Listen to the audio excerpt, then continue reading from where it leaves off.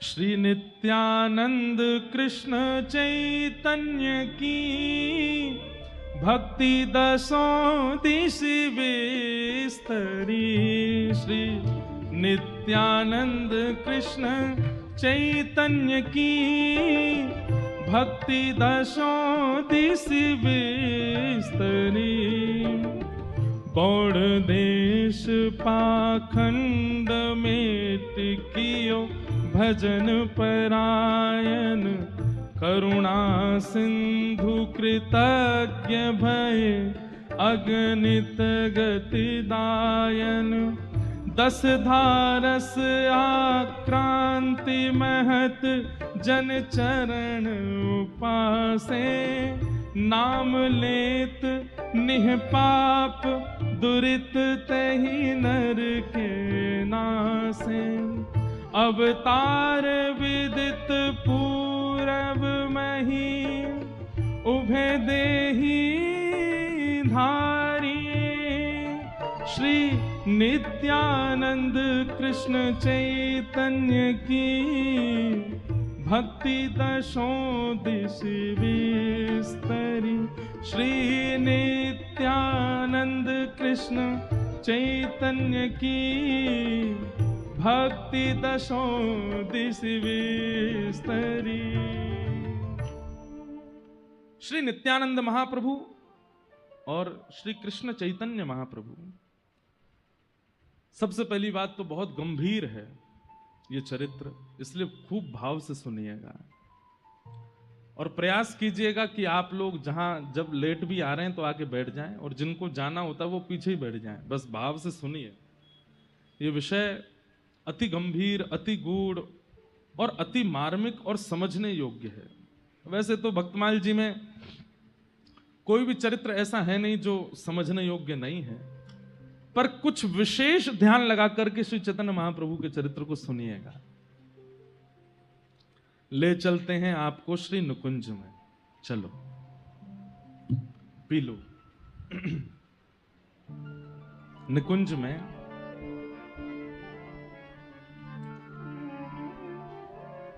नित्य केली करते हैं श्री राधा माधव। कभी ठाकुर जी, जैसे हम जिस लीला को सुनते हैं, वृंदावन में ये लीला हुई, यमुना तट पर ये लीला हुई, गिरिराज जी में ये लीला हुई। कई बार कई लीलाएं प्रकट रूप से धाम में नहीं हुई हैं, पर फिर भी वो लीला चलती रहती है। क्यों? निरंतर गोलोक धाम में ठाकुर जी की लीला चलती रहती है, उसमें कभी विश्राम नहीं होता। अभी हम लोग कथा सुन रहे हैं, इस समय भी कोई लीला चल रही होगी। और लीला पता है क्या चल रही होगी? आज छठी उत्सव मनाना होगा निकुंज में, सब सखियां घेर करके ठाकुर जी को छठी मना रही होंगी। और फिर आज छठी उत्सव विश्राम होते ही कल से तैयारियां शुरू होंगी। क्यों? निकुंज में श्री राधाष्टमी मनेगी, श्री किशोरी जी को प्रादुर्भाव होगा। तो एक दिन निकुंज में एक खंभ की टेक लगा करके श्याम सुंदर बैठे हैं और अत्यंत गहन चिंतन में हैं। और मुखमंडल देख करके पता चल रहा है कि बहुत चिंतित हैं। तभी श्री प्रिया जी का आगमन होता है और श्री प्रिया जी आकर के श्री चैतन्य श्री ठाकुर जी से कहती हैं, हे श्याम सुंदर, आपके मुखमंडल से ऐसा पता लग रहा है कि आप कोई गहन चिंतन में हैं, किसी अंतरंग विचार में हैं। कहा बात है, कहां सोच रहे हो? ठाकुर जी बोले, ना श्री जी, कछु बात ना, मैं तो ठीक हूं। हंसने लगे। तो जैसे कोई व्यक्ति चिंतित हंसता है ना, तो उसकी हंसी से पता चल जाए चिंता में है फिर भी हंस रहा है। किशोरी जी बोली, आपके हंसी से ही पता चल रही है कि चिंता में हो, जबरदस्ती हंस रहे हो। कहा बात है, मुझे बताओ। बहुत पूछने पर भी ठाकुर जी नहीं बोले। तो श्री जी ने हाथ पकड़ लिया, बोले, मुझ को बताओ, नहीं तो फिर देखियो मैं आज प्रसाद नहीं पाऊंगी, आज भोजन नहीं करूंगी।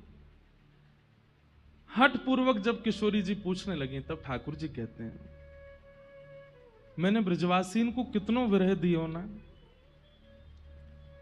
जिन ब्रजवासीन ने मुंह को पलकन पे रखो, जिन यशोदा मैया ने मुंह को कभी अपनी गोद ते उतरन नहीं दियो, जो नंद बाबा मेरे पीछे पीछे डोला करते, जो गोपियां जिनका जीवन ही केवल मैं था, ये मधुमंगल, श्रीदामा, ये जितने मेरे भक्त हैं, जितने मेरे सखा हैं, इनको जीवन प्राण में है, तो मेरे सिवा इनने कोई को कछु महत्व ही नहीं दियो।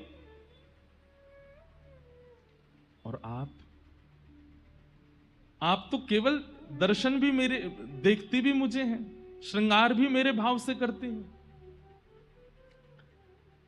अन्न जल भी वो सेवन करती हैं जिसमें कहीं ना कहीं मेरा भाव विराजमान हो।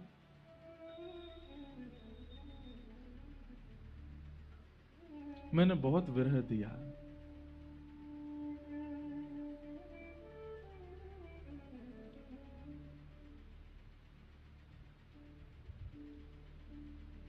किशोरी जी बोली, अब आप इस बात का चिंतन क्यों कर रहे हैं? इसके चिंतन का भाव क्या है? ठाकुर जी कहते हैं, मैंने गीता में एक बात कही है, बोले कहा, ये यथामाम प्रपद्यन्ते ताम तथैव भजाम्य हम। जो मुझे जैसे भजता है मैं भी फिर उसको वैसे ही प्राप्त करता हूं। श्री जी बोली मतलब?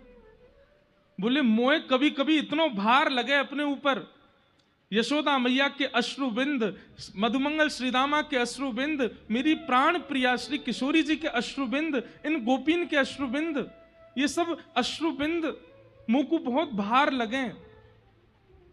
मैं निर्दयी नहीं हूं, पर मुंह को लीला संवरण के लिए निर्दयी बनना पड़ो, और मैं हृदय पे पत्थर रख के व्रत छोड़ के चलो गयो। मैं तो रहो द्वारिका में, मैं तो रहो मथुरा में, इतने सुख में विराजो, और मेरे ब्रजवासी दिन रात रोते रहते मेरी याद में। श्री जी मैं इतना निष्ठुर नहीं हूं।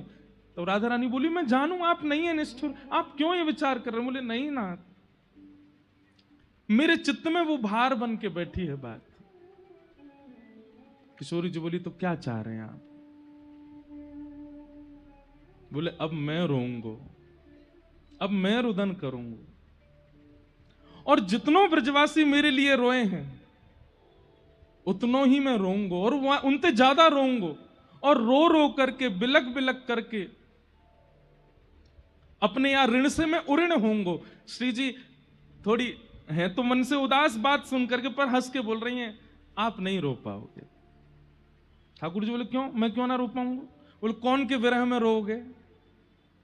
किसके विरह में? आपको विरह है किसका जिसके लिए आप रोओगे? आप एक बार कहते हैं श्री राधा, और आपके श्री राधा कहते ही मैं स्वयं को रोक नहीं पाती हूं, मैं तुरंत प्रकट हो जाती हूं। विरह होता है आपको? आप कहोगे हे यशोदा मैया तोड़ी तोड़ी चली आवेगी, आप कहोगे नंद बाबा 100 काम छोड़ करके आवेंगे, आप कहोगे मधुमंगल श्रीदामा रूठे बैठे होंगे तो उठ के आ जाएंगे, लाला बुला रहा है। आपको विरह होता कहां है तो आप रोओगे?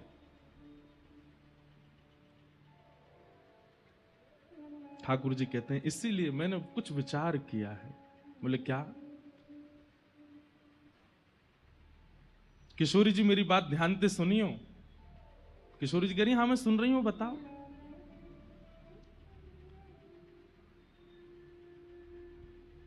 बोले मैं आपको देख सकूं, नंद बाबा को देख सकूं, यशोदा मैया को देख सकूं, ब्रजवासीन को देख सकूं, पर मैं खुद को ना देख सकूं।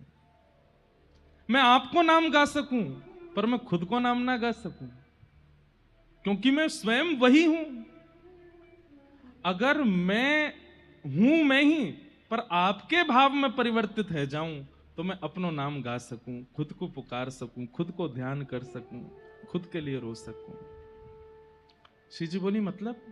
बोले मेरी 3 इच्छाएं अधूरी रह गई हैं, और उन इच्छाओं को मुझको पूरा करना है। कौन कौन सी इच्छा?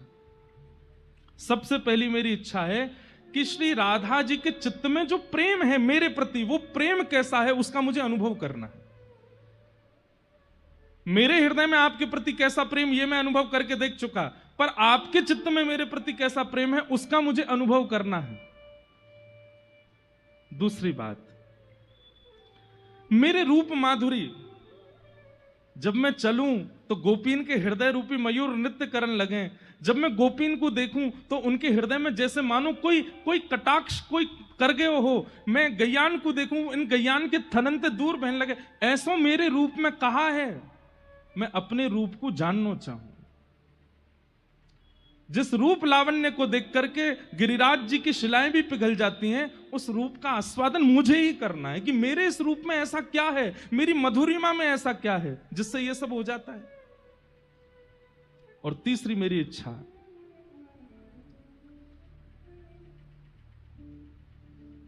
मेरी प्राप्ति होने पर मेरे प्रेमियों को किस सुख का अनुभव होता है, वो सुख मुझे अनुभव करना है। और उसके लिए हे किशोरी जी, आप कृपा करो। बोले क्या कृपा करें? बोले आप, तन तो रहेगा कृष्ण का, पर मन बना दो श्री राधा रानी का। तन तो रहेगा मेरा ही, पर उसमें जो भाव प्रकट होंगे वो होंगे आपके। और दूसरी बात, तन मेरा, भाव आपका और रंग भी आपका। ये रंग भी मुझे नहीं चाहिए। किशोर जी बोले क्यों? बोले क्योंकि भाव तो आपको आगे हो मेरे अंदर और तन मेरो है, लेकिन जब जब मैं अपने श्याम स्वरूप को देखूंगा तो मुझको विरह नहीं होगा, मुझे याद आ जाएगा ये तो मैं ही हूं। इसलिए तन भी आपका और मन भी आपका, मतलब तन मेरा पर रंग आपका और भाव आपका। ऐसी कृपा मुझ पे करो। मैं सोच रहा था तो इस पर एक पद मैंने बनाया है। श्री ठाकुर जी किशोरी जी से क्या प्रार्थना कर रहे हैं, समझ में आई ना बात? ठाकुर जी क्या कह रहे हैं किशोरी जी से?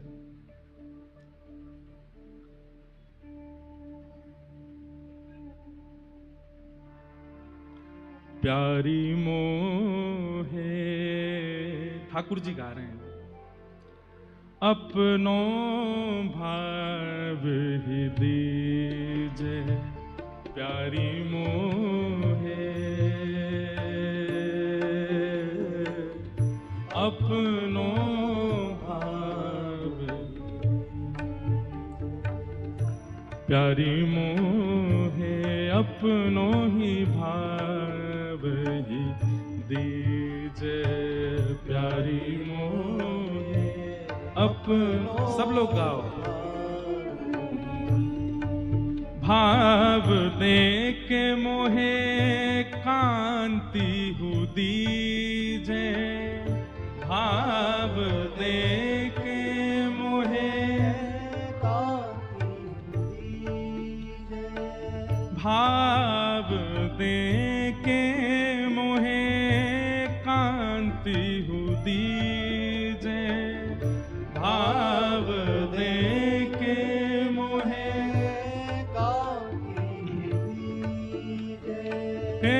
अपनो सो करी दीजे श्यामा मोहे, अपनो सो कर दीजे श्री राधा मोहे, अपनो सो करी दीजे राधा मोहे, अपनो सो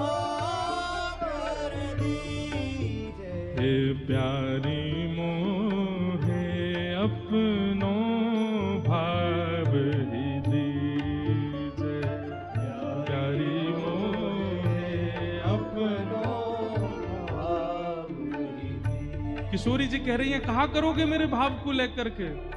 ठाकुर जी क्या गा रहे हैं?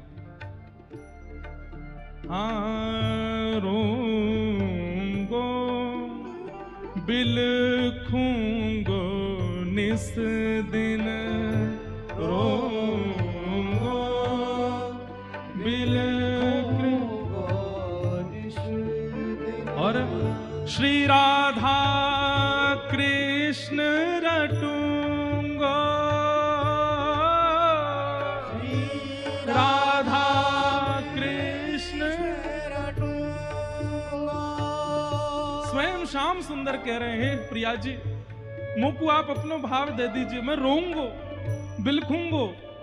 और जैसे मेरे विरह में गोपियों ने रुदन किया, आपने रुदन किया, ऐसे गली गली चौबारे घूम घूम करके राधा कृष्ण रटूंगो, रोऊंगो बिलखूंगो निस दिन, रोऊंगो बिलखूंगो निस श्री राधा कृष्ण रटूंगो, श्री राधा कृष्ण रटूंगो, हे ब्रजवासिन के ऋण सो उऋण, ब्रजवासिन के ऋण सो ऋण, खुद को यूं कर लूंगो, खुद को यूं कर लूंगो, हे प्यारी मोहे अपनों ही भाव यूं दीजिए, प्यारी मोहे अपनों भाव, हाँ प्यारी मोहे अपनों ही भाव ही दीजिए, प्यारी मोहे अपनों भाव। वहां ठाकुर जी रो रहे हैं और किशोरी जी के चरण पकड़ के कह रहे हैं, हे किशोरी जी मुंह पे कृपा करो, अपनो भाव मुंह को दे दो, अपनी कांति मुंह को दे दो, और मुंह को जान दो या पृथ्वी पर जितनो विरह मेरे लिए सयो है वैष्णव भक्तन ने, उतनो ही विरह में सहूंगो अपने ही काज, मैं भी तो देखूं ऐसो कहा है मुंह में जाके काजे, इतने विरही है जाए सब। किशोरी जी बार बार मना कर रही हैं, पर ठाकुर जी चरण पकड़ के बैठे हैं, किशोरी जी मेरी या इच्छा को आप पूर्ण कर दो। और तभी किशोरी जी क्या करती हैं, सुनिए ध्यान से। निज कर कंठ की माला दीनी, निज कर कंठ की माला दीनी, निज कर कंठ की माला दीनी, निज कर कंठ की माला दीनी, हे भाव प्रकट कर दीनो, ओ भाव प्रकट कर दीनो। किशोरी जी ने जैसी अपने गले की माला उतार करके ठाकुर जी के गले में पधराई है, श्याम सुंदर को चित्त अंतर ध्यान है गयो, अब किशोरी जी को चित्त भीतर आ गयो। और जैसे ही ठाकुर जी के चित्त में किशोरी जी को भाव आयो, नेत्र खोल करके देखे तो सामने किशोरी जी हैं, ठाकुर जी नहीं है। हाँ प्राणनाथ, हाँ कृष्ण कह करके ठाकुर जी रुदन करने लगे, अपने ही विरह में रोने लगे श्याम सुंदर। लेकिन तभी अपनी नील कांति का दर्शन कर लिया, और नील कांति का दर्शन करते ही ठाकुर जी भूल गए कि ये मैं राधा भाव में नहीं, ये तो मैं ही हूं। पुनः किशोरी जी के पास गए, बोले भाव दे दियो है, अब कांति भी अपनी दे दीजिए, या शाम कांति को मुंह से दूर कर दीजिए। किशोरी जी के चरणों में प्रार्थना कर रहे हैं ठाकुर जी, अपनी कांति दे दीजिए। तभी किशोरी जी शीश उठाए दई जब चूनर, शीश उठाए दई जब चूनर, हाँ शीश उठाए दई जब चूनरी, शीश उठाए दई जब तभी चूनर, यहाँ श्याम गौर कर दीनो, श्याम गौर कर दीनो, है, श्याम गौर कर दीनो, श्याम गौर कर दीनो। प्यारी मोहे अपनो भाव दीजे, प्यारी मोहे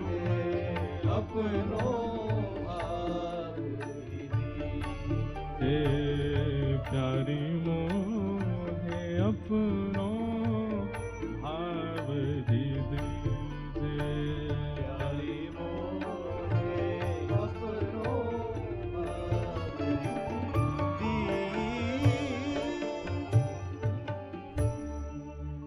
किशोरी जी के चरणों में बैठ करके ठाकुर जी कह रहे हैं अपनो भाव दे दीजिए। किशोरी जी ने अपनी जैसी कंठ की माला पहनाई तो श्री कृष्ण को हृदय अंतर ध्यान और श्री राधा भाव चित्त में प्रकट है गए हो। लेकिन अपनी कांति देख करके ठाकुर जी का विरह नहीं आया। तब चरणों में निवेदन किया ये कांति भी छीन लीजिए। तब किशोरी जी ने अपनी चुनरी उतार करके जैसे ही ठाकुर जी को पहनाई तो गौ कृष्ण गौर कर दीनो, श्याम गौर कर दीनो। जो श्याम सुंदर हैं वही गौर बन करके प्रकट हो गए और वही हैं श्री कृष्ण चैतन्य महाप्रभु। मेरे मन में भाव आ रहे हो कि ये भाव तो कछु हर आचार्य को एक भाव अर्पित करें तो ये भाव यहां आवे तो 1 घंटा पहले ही लिख के अर्पित कर दियो या हमारे ना मिल लो मैं पूरे दिन आ, क्योंकि मैं कछु ना कछु बना तो रहूं। ठाकुर जी गौर हो गए। भाव भी किशोरी जी का है, कांति भी किशोरी जी की है और अब गुरु भी किशोरी जी हैं। गुरु भी किशोरी जी को माना है। भीतर और बाहर दोनों से प्रेमी। और किसके प्रेमी? अपने ही प्रेमी बन गए ठाकुर जी। अपना आस्वादन करना चाहते हैं कि ऐसा क्या है मुझ में जिसके लिए इतने विभोर होते हैं सब, जिसके लिए किशोरी जी ने इतना विरह सहा। अब देखूंगा मैं कि मुझ में ऐसा क्या है जिसके लिए इतना भाव।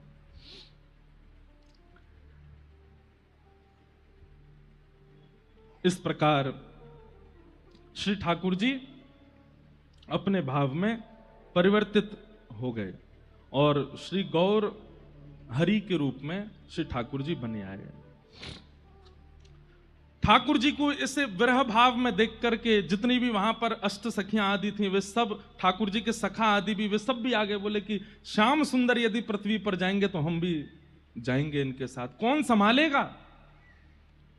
जैसे किशोरी जी विरह में रहती थी तो ललिता विशाखा आदि सब सखियां थी उनको संभालने के लिए। श्याम सुंदर जाएंगे तो इन्हें कौन संभालेगा? तो सब सखियां भी अलग अलग रूप धारण करके आई। तो श्री ललिता जी स्वरूप दामोदर दास जी के रूप में प्रकट हुई। श्री विशाखा जी राय रामानंद जी के रूप में प्रकट हुई। भगवान के सुबल सखा ये गौरदास पंडित के रूप में प्रकट हुए। भगवान के सखा श्री दामा अभिराम ठाकुर जी के रूप में प्रकट हुए। और 8 मंजरियां वे अलग अलग 8 आचार्यों के रूप में प्रकट हुई, जिनमें किशोरी जी की जो रूप मंजरी हैं वही श्री रूप गोस्वामी के रूप में प्रकट हुए, जिन्होंने श्री गोविंद देव जी को विराजमान किया। जो लवंग मंजरी हैं आप ही सनातन गोस्वामी के रूप में प्रकट हुई। गुण मंजरी श्री गोपाल भट्ट गोस्वामी जी के रूप में प्रकट हुई। तुलसी मंजरी दास गोस्वामी जी के रूप में। विलास मंजरी जीव गोस्वामी जी के रूप में। और मुंजला मंजरी श्री लोकनाथ गोस्वामी जी के रूप में प्रकट हुए। इस प्रकार आदि आदि ये सब किशोरी जी ने भेजे हैं कि जब कृष्ण चैतन्य बन करके जाएंगे, ये गौर हरि बन करके जाएंगे और विरह में जब व्याकुल होंगे कौन संभालेगा इनको? आप जाइए। और सब सखी सहचरी सबको भेजा है धराधाम पर, सब आए। अंग कांति और भाव कांति दोनों के मिश्रण से श्री गौर चैतन्य बन गए। अब ठाकुर जी तो चैतन्य भाव में आ गए, अब बस प्रतीक्षा है कि पृथ्वी पर कब आवे। तो एक आचार्य चरण हुए हमारे श्री माधवेंद्र पुरी दास, जिनके लिए एक बड़ी प्रसिद्ध कथा आप सब लोग सुनते हैं कि खीर चोरा गोपीनाथ, जिन्होंने खीर चुरा करके अपने गोजा में धर ली थी, ऐसे श्री माधवेंद्र पुरी दास, उनके एक शिष्य हैं श्री अद्वैताचार्य जी। श्री अद्वैताचार्य जी को यह बात पता चली कि श्री ठाकुर जी कृष्ण चैतन्य के रूप में प्रकट होने वाले हैं, लेकिन कब होंगे? विचार कीजिए। श्री अद्वैताचार्य जी गंगा के तट पर शालिग्राम भगवान की सेवा करते हैं और 1,00,000 तुलसी रोज चढ़ाते हैं और 1,00,000 तुलसी अर्पण करने का एक ही भाव रहता है उनके चित्त में, क्या? मेरे गौर हरि कब आएंगे, मेरे श्याम सुंदर कब आएंगे, मेरे प्राणनाथ कब आएंगे। आप जल्दी कृपा करो कि वे अवतरित हों इस धरती पर। जो पाप बढ़ रहा है और जो भाव नष्ट हो रहे हैं लोगों के, उसके प्रादुर्भाव के लिए वे जल्दी प्रकट हों। इसलिए 1,00,000 तुलसी नित्य चढ़ाते थे और नित्य चढ़ा करके श्री गंगा जी में प्रवाहित कर देते थे कि हे श्री गंगा जी, आप जाकर के सागर में मिलना और सागर से जाकर के श्रीमन नारायण के चरणों में इन तुलसियों को पहुंचा देना और उनसे कहना कि मैं प्रतीक्षा कर रहा हूं, वो कब आएंगे पृथ्वी पर। आपके साथ में श्री हरिदास ठाकुर रहते थे, वे भी इनकी सहभागिता में व्यक्त होते थे, सेवा में रहते थे। कहते हैं श्री अद्वैताचार्य जी इतनी तीव्र वेदना से पुकारते थे कि कभी कभी गोलोक धाम में बैठे बैठे प्रिया प्रियतम का सिंहासन हिलने लग जाता था। तो किशोरी जी कहती थी, हम आपसे पुनः कहें भैया बहुत सावधानी से सुनिएगा, ये बहुत गंभीर और बड़ा भाव में प्रसंग है। किशोरी जी कहती, हे श्याम सुंदर, ऐसा लगे कभी कभी कि जैसे गोलोक में भी कभी कभी भूकंप सो आवे, पृथ्वी पे तो भूकंप सुनो है, पर जा गोलोक में भूकंप आ जाए। ठाकुर जी कहे, हे श्यामा जी, आप बड़ी भोरी हो, या गोलोक धाम में कभी भूकंप ना आयो करे? तो बोले, ये तो एक मेरो परम भक्त अद्वैताचार्य पुकार रहे हो है, और वो पुकार करके निवेदन कर रहे है कि गौर हरि पधारो, हे कृष्ण चैतन्य पधारो, मुझको बुलाए रहे है। और वाकई विरह वेदना, वाकई जो स्वर हैं वो इतने तीव्र हैं कि गोलोक धाम में भूकंप का अनुभव होने लग जाता है। सोचिए, हम पुकारते कहां हैं ठाकुर जी को? अगर पुकार है जाए तो ठाकुर जिस गोलोक धाम को ब्रह्मा जी भी नहीं प्रलयकालीन भाव से स्थगित कर सकते, वो भक्त की वेदन स्वर से भूकंप आ जाता है वहां पर। ठाकुर जी कह रहे हैं, अरे जे तो मेरो परम भागवत अद्वैताचार्य मुझ को पुकार रहे हो है। किशोरी जी बोली, या कि विरह वेदना में देख नहीं पा रही हूं, आप कृपा करो।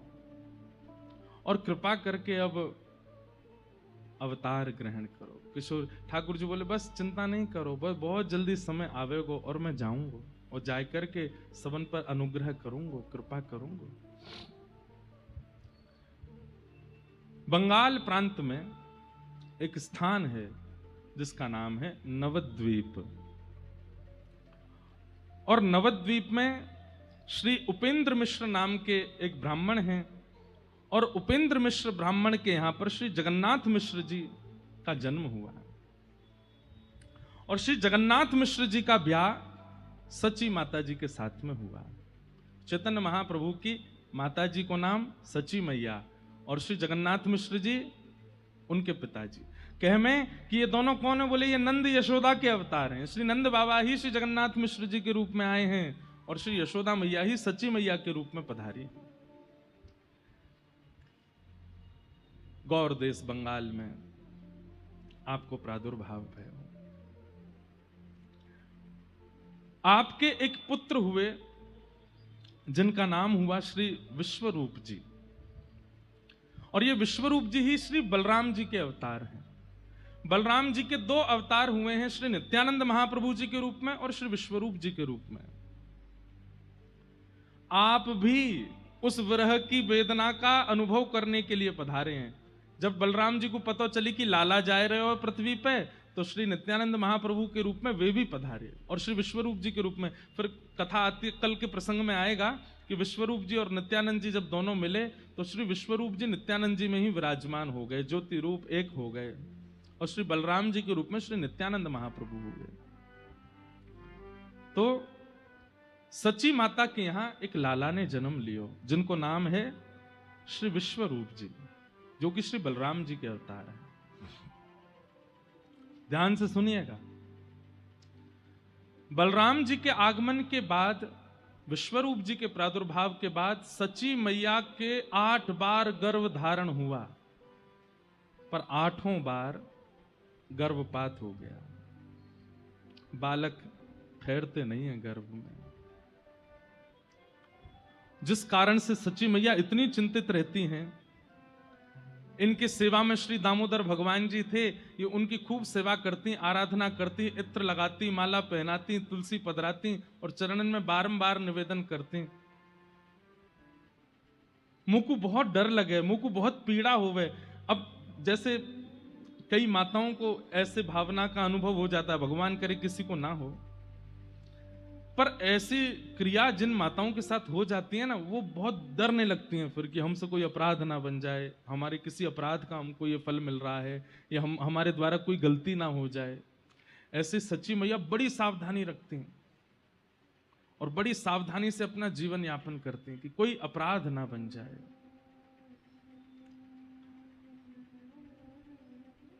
दामोदर भगवान जी की सेवा करती हैं और सेवा करके केवल ये कहती हैं कि हे दामोदर नाथ, आप कृपा करो, मैं अब कोई अपराध नहीं करूंगी, पवित्रता को ध्यान रखूंगी, सब मंगल में हो, बस एक बालक और जीवन में आ जाए, आप जैसो ही आ जाए, आपकी सेवा करवे वारो, आपको भजवे वारो, आपको प्राप्त करवे वारो आ जाए।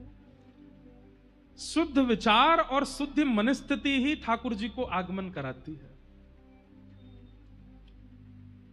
हमारी विचारधाराओं में कहीं ना कहीं, हमारे आचरण में कहीं ना कहीं, हमारे भाव में कहीं किंचित कोई दोष रह जाता है, ठाकुर जी आते आते रुक जाते हैं। आप कहेंगे तो फिर आप ये क्यों कहते हैं कि ठाकुर जी भक्तवत्सल हैं, ठाकुर जी करुणा सिंधु हैं, वो दोष विचार नहीं करते।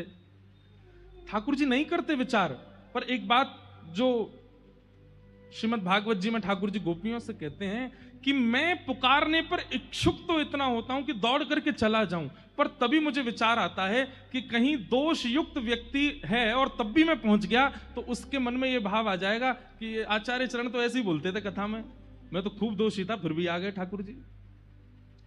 आचार्यों की वाणी कहीं मिथ्या ना हो जाए और कहीं उसके मन में यह भावना ना आ जाए कि दोष रहे आवे तो भी ठाकुर जी आ ही जाते हैं, और कहीं उसकी प्रेरणा से और लोग भी दोष युक्त ना रह जाएं।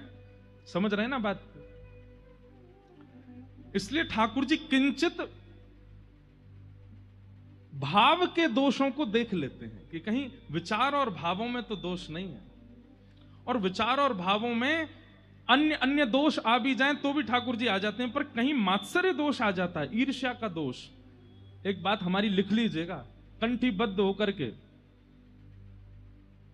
ईर्ष्या का दोष यदि चित्त में है तो कितनों नाम जप कर लो, कितनों भजन कर लो, कितनों तिलक लगा लो, कितने गुरु जी के चरण धो धो के पी लो, नहीं मिलेंगे ठाकुर जी। ईर्ष्या दोष ठाकुर जी को प्रिय नहीं है बिल्कुल भी। काम दोष है तो भी ठाकुर जी मिल जाएंगे, क्रोध दोष है तो भी मिल जाएंगे, अन्य अन्य दोषों से युक्त हैं तो भी ठाकुर जी अनुग्रह कर देंगे, पर ईर्ष्या दोष पे नहीं।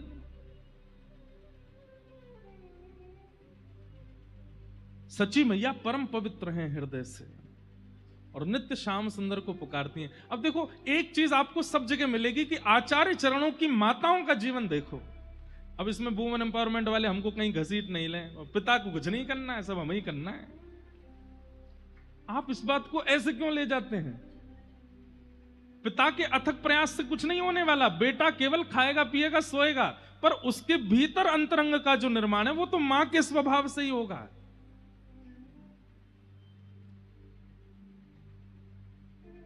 ऐसा भी होता है कि कई बार ठाकुर जी कृपा कर देते हैं तो मां भी अपवित्र है, पिताजी भी अपवित्र है, लेकिन बालक शुद्ध हो जाते हैं। तो कहते हैं कि मां के अंदर जो उनकी मां का गुण था वो गुण ठाकुर जी ने कृपा करके उस बालक में दे दिया। तो कई बार नानी का गुण, दादी का गुण, परदादी का गुण भी बालकों में आता है, पर यह बात निश्चित है कि आएगा मां से ही। इसलिए मां का पवित्र होना बहुत। कल हम लोग सुन रहे थे कि वहां श्री रामानुजाचार्य जी की माता जी या फिर श्री सटकोप स्वामी जी की माता जी, वो भी ठाकुर जी को देख करके मन में भाव रखते हैं आप जैसा लाला हो जाए, बस आपकी सेवा करने वाला हो जाए। संतान प्राप्ति में एक नियम तो विशेष ध्यान रखिए, विष्णु आराधनार्थाय। हे गोविंद देव जी एक लाला दे दो, काय बात को चाहिए, धन वृद्धि करे, बिजनेस बढ़ावे, खूब सारो धन कमा के नहीं, नित्य आपकी सेवा करे, संतन की सेवा करे, भक्तन की सेवा करे, वृंदावन की सेवा करे, गौ आराधना करे, इन भावन से युक्त एक संतान दे दो। देखियो गोविंद देव जी संतान नहीं देंगे, खुद आ जाएंगे। बोले ये सब तो मैं करूंगा। हम मांगते क्या हैं? धन वर्धन करने वाला हो, व्यापार वर्धन करने वाला हो, वंश वर्धन करने वाला हो। तो फिर ठाकुर जी काने लूले नहीं भेज दें, ले ये नहीं दे, यही करेंगे वंश वर्धन। लेकिन जब ठाकुर जी से कहते हैं कि संत सेवा, हरि सेवा, गौ सेवा, भजन सेवा, सत्संग सेवा, धाम सेवा, इन सब निष्ठाओं से युक्त एक संतान चाहिए, तो कई बार गोविंद देव जी पूछते होंगे किशोरी जी मैं चलो जाऊं का? क्योंकि यहाँ की भावना में भक्ति है। संतान की कामना भी किसी और कामना से, इस भाव से तो ठाकुर जी का मन होने लगता है कि मैं संतान बन के आ जाता हूं, ये मोह तो बढ़िया कोई ना कर सके। सच्ची मैया का चित्त बहुत पवित्र है। और दामोदर भगवान से केवल कहना के लिए पुत्र की याचना नहीं कि वो हमारा संस्कार करे या हमारे वंश का वर्धन करे या आदि आदि सब क्रियाओं को क्रियान्वित करे। केवल एक कामना से पुत्र चाहिए, आपका भजन करे, आपको ध्याए, आपको याद करे, आपकी सेवा करे। बस ये भावना पहुंच गई ठाकुर जी तक। और तभी किशोरी जी को ठाकुर जी कहते हैं मुंह को तो मिल गई मेरी मैया। बोले कौन? बोले सच्ची मैया। नवद्वीप में गंगा के तट पे अपने दामोदर भगवान से यूं कह रही हैं कि आपको भजवे वारो, और मैं यही भाव से तो जानो चाहूं कि मैं खुद को भजूं, देखूं तो सही मेरे भजन में है का। मुंह को तो मेरी मैया मिल गई। किशोरी जी ने दृष्टि करके देखा, हाँ श्याम सुंदर, ये यशोदा मैया ही हैं, वही अवतार धारण करके गई हैं। और श्री जगन्नाथ मिश्र जी ये साक्षात नंद बाबा हैं। और जिस प्रकार एक राजा कभी फकीरी का अनुभव करना चाहता हो तो के जाएगा, फकीरों के बीच में रूप बदल के बैठेगा, तभी फकीरी का अनुभव होगा। ठीक उसी प्रकार श्याम सुंदर अपनी प्रेम लक्षणा भक्ति, विरहा भक्ति का अनुभव करने के लिए श्री नुकुंज से सबको प्रणाम करके और सच्ची मैया के गर्भ में विराजमान हो गए, पधार गए। अब देखो ध्यान से सुनना, दामोदर भगवान को प्रणाम करके और बस यही कामना है कि बालक हो जाए, और बस ये प्रणाम करती करती यही चिंतन करती करती सच्ची मैया सोई, और उसी रात्रि श्री ठाकुर जी उनके गर्भ में पधारे। और जैसे ही गर्भ में आए हैं श्याम सुंदर, सच्ची मैया को स्वप्न आना प्रारंभ हुआ। और आपने स्वप्न में क्या दर्शन किया? स्वप्न में आपने दर्शन किया कि आप श्री जगन्नाथ मिश्र जी के साथ में जगन्नाथपुरी दर्शन करने गए। जगन्नाथ भगवान का दर्शन करने के लिए गए हैं। गरुण स्तंभ के पास में सिंह द्वार से भीतर प्रवेश कर रहे हैं। एक एक भाव सच्ची मैया को दर्शन हो रहे हैं। ये भावना छूटने ना पाए, ध्यान से सुनिएगा।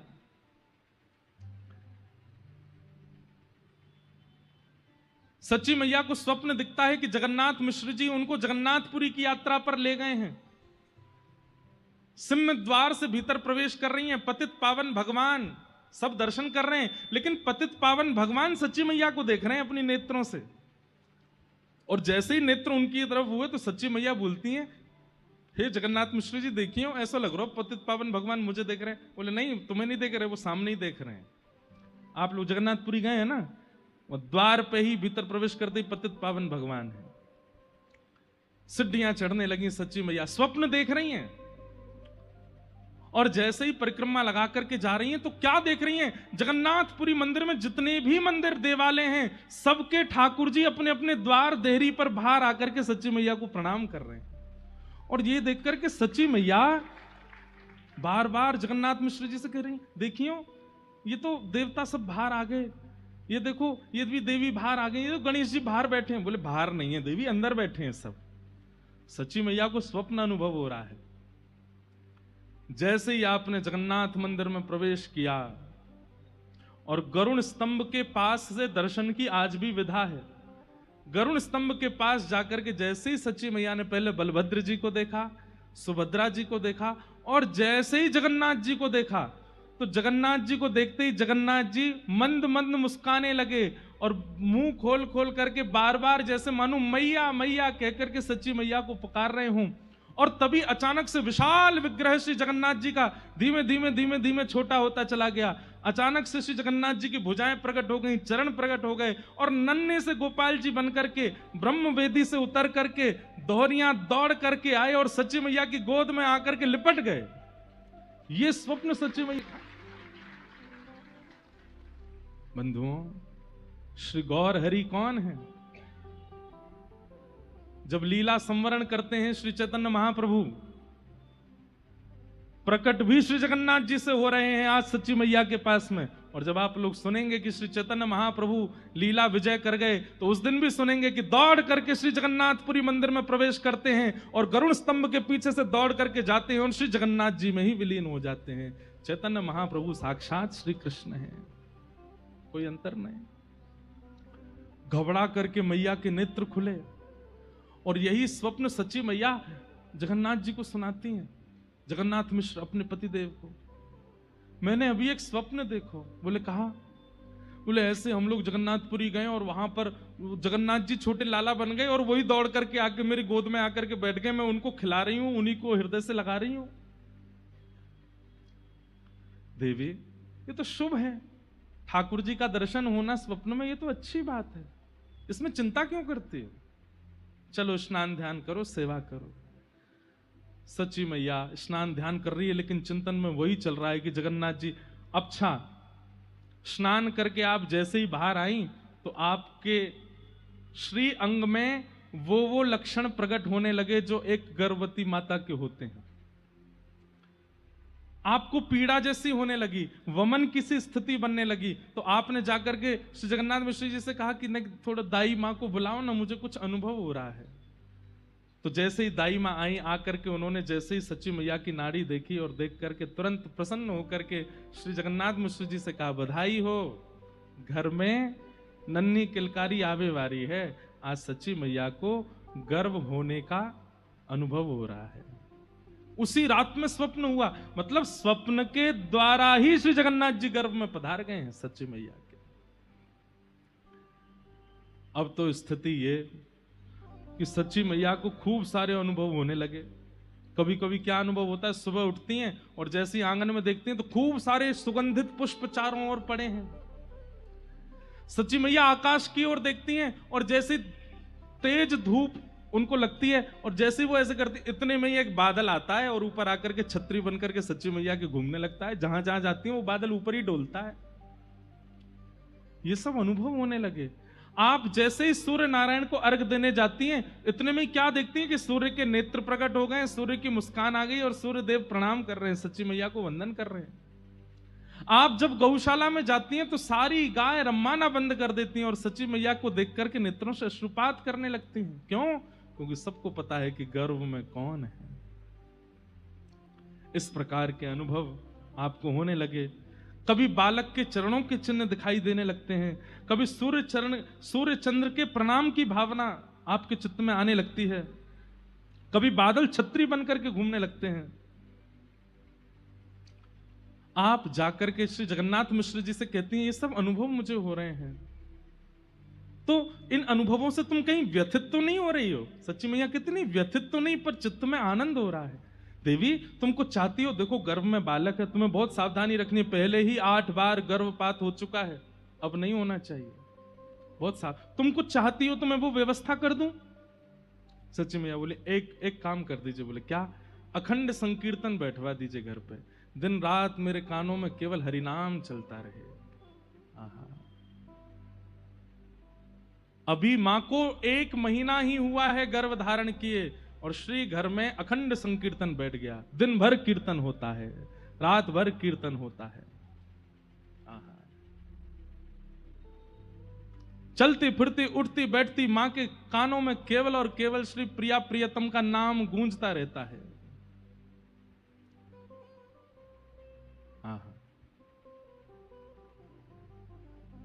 हम सब भी गावें सच्ची मैया के भाव से।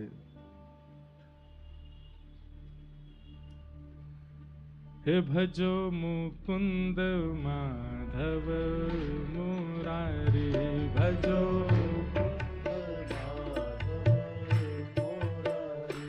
भजो मुकुंद माधव मुरारी भजो मुकुंद माधव मुरारी। ओ गिरधारी बनवारी गिरधारी बनवारी। गिरधारी प्यारो बनवारी गिरधारी प्यारो बनवारी। हे गिरधारी बनवारी गिरधारी बनवारी। हे गिरधारी बनवारी गिरधारी बनवारी। ओ गिरधारी प्यारो बनवारी गिरधारी प्यारो बनवारी। भजो भजो ओ भजो मुकुंद माधव मुरारी भजो मुकुंद माधव भजो मुकुंद माधव मुरारी। अब तो स्थिति ये है, सच्ची मैया घर में काम करती रहती हैं और कानों में ध्वनि जाती है, कभी बाहर जाती हैं, कुछ क्रिया करती हैं, उस समय भी कानों में ध्वनि, स्नान करती हैं, ध्यान करती हैं, हमेशा सोते हुए भी कानों में केवल गिरधारी प्यारो बनवारी गिरधारी प्यारो बनवारी। गिरधारी प्यारो बनवारी गिरधारी प्यारो बनवारी। हे गिरधारी बनवारी गिरधारी बनवारी। हे गिरधारी बनवारी गिरधारी बनवारी। हे भजो मुकुंद माधव मुरारी हे भजो मुकुंद माधव मुरारी। हे भजो मुकुंद माधव मुरारी भजो मुकुंद माधव मुरारी। हे भजो माधव केशव गिरधारी भजो माधव केशव गिरधारी। आइए हे राधे राधे गोविंद गोविंद राधे राधे राधे गोविंद हे भजो राधे राधे गोविंद गोविंद राधे